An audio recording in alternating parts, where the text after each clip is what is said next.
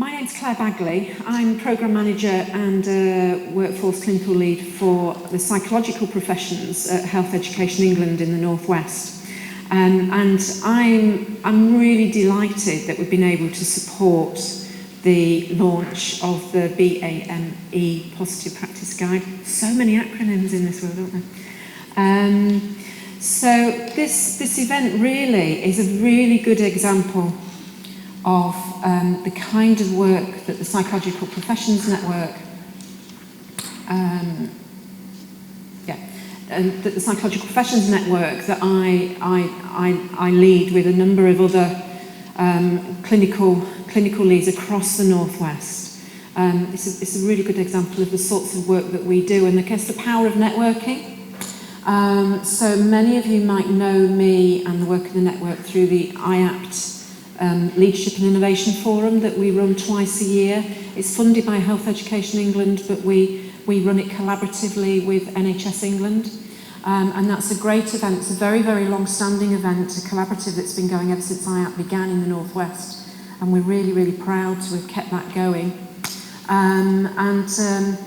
Way back, I think probably in autumn, Maksud came, a number of other colleagues came from the national team, and our topic was actually working with the third sector. But what became clear around working with the third sector, that actually their specialism seemed to be reaching out to people that were finding it hard to access services. That was kind of what emerged from that day. And the Positive Practice Guide was presented at that forum. And it all came together very clearly that we needed to do something to support the implementation of the Positive Practice Guide. So today, I believe, is the first launch event in the regions of the BAME Positive Practice Guide. So we are ahead of the game, as always, in the Northwest, which is great. I know there are people that have come across the Pennines, so welcome people that have come from Sheffield and our neighbours next door in the northeast, Yorks and Humber, so thanks for coming.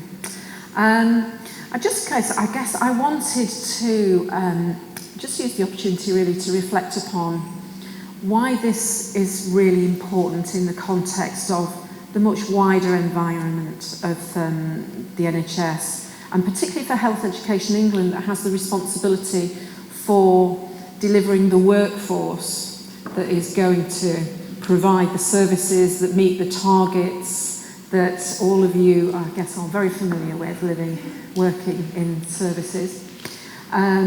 So I guess that in my experience, I've known I was involved in IAPT and the mental health services before then, at its IAPT services right from the beginning.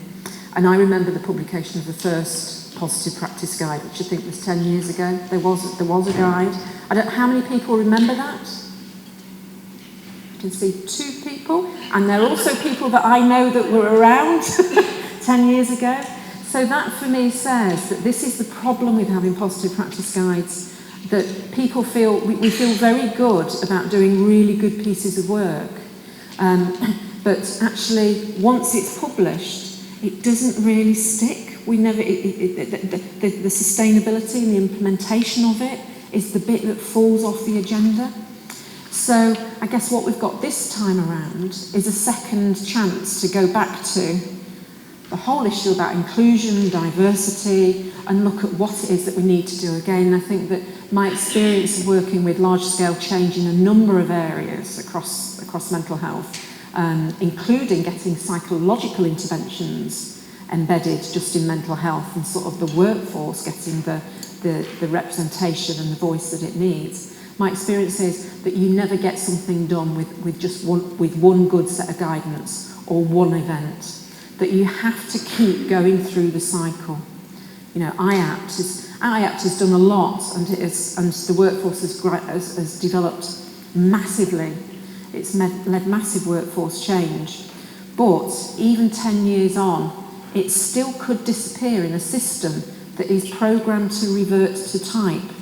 So I work in an organisation where, in the Northwest, there's great interest and will to look at the multi-professional workforce across the NHS. That's why we have a psychological professions network.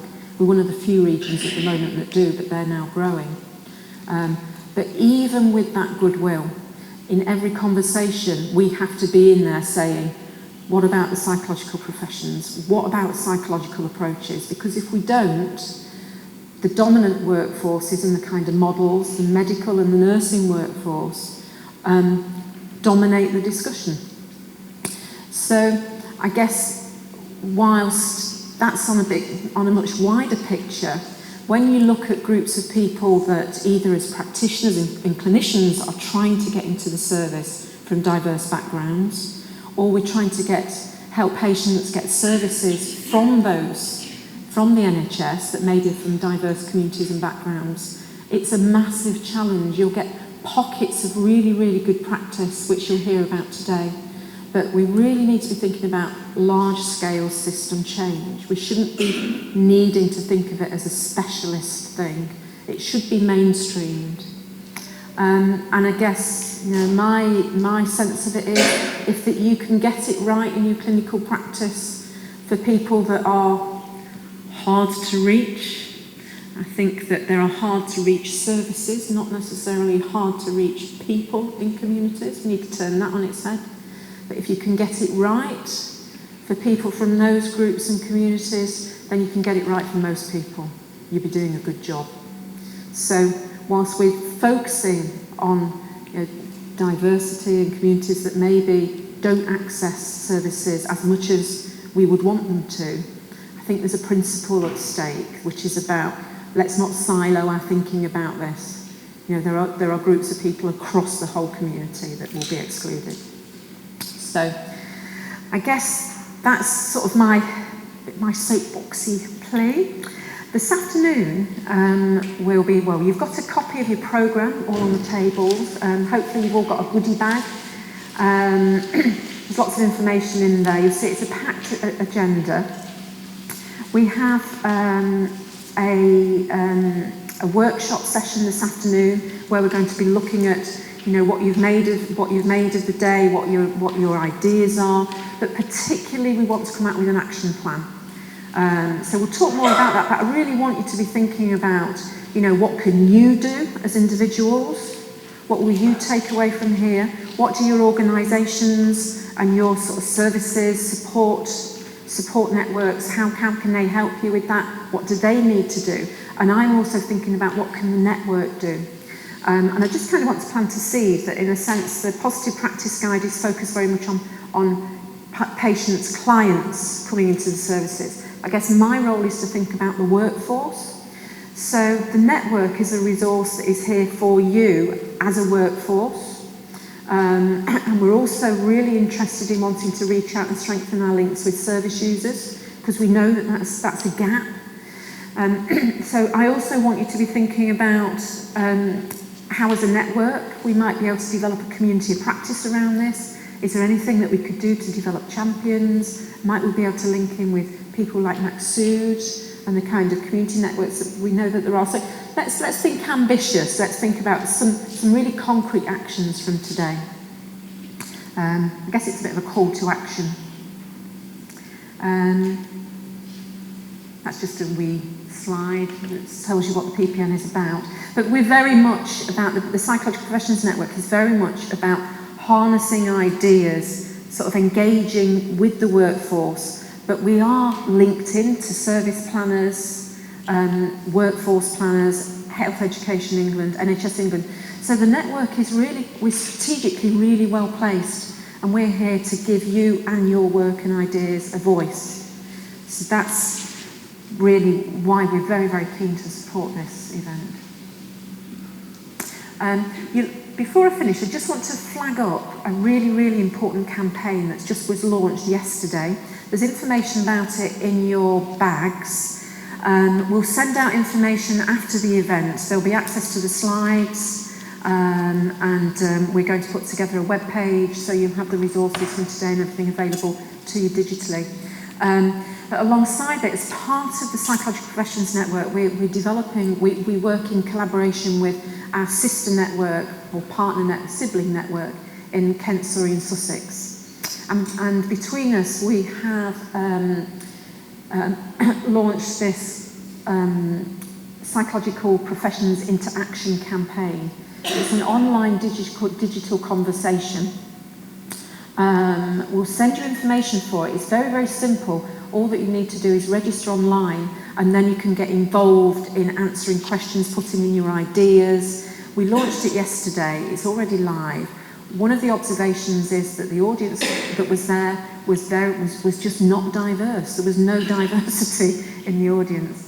So one of the pleas from the group is that we would really love for every one of you to sign up and contribute to the discussion and put in your ideas. But I'll send you information about that, and it'll come out in the information over the next week. You'll get the slide that explains it to you too. It's completely anonymous, which is great. And the output of it will be pulled together to inform the national strategy for the psychological professions. So if we want to be getting in points about increasing diversity within the workforce, about how we support people to come from different communities into careers, but also what do people that are using services need? What do service users want from services? It's a space to have all of those things recorded and discussed. So please do get involved.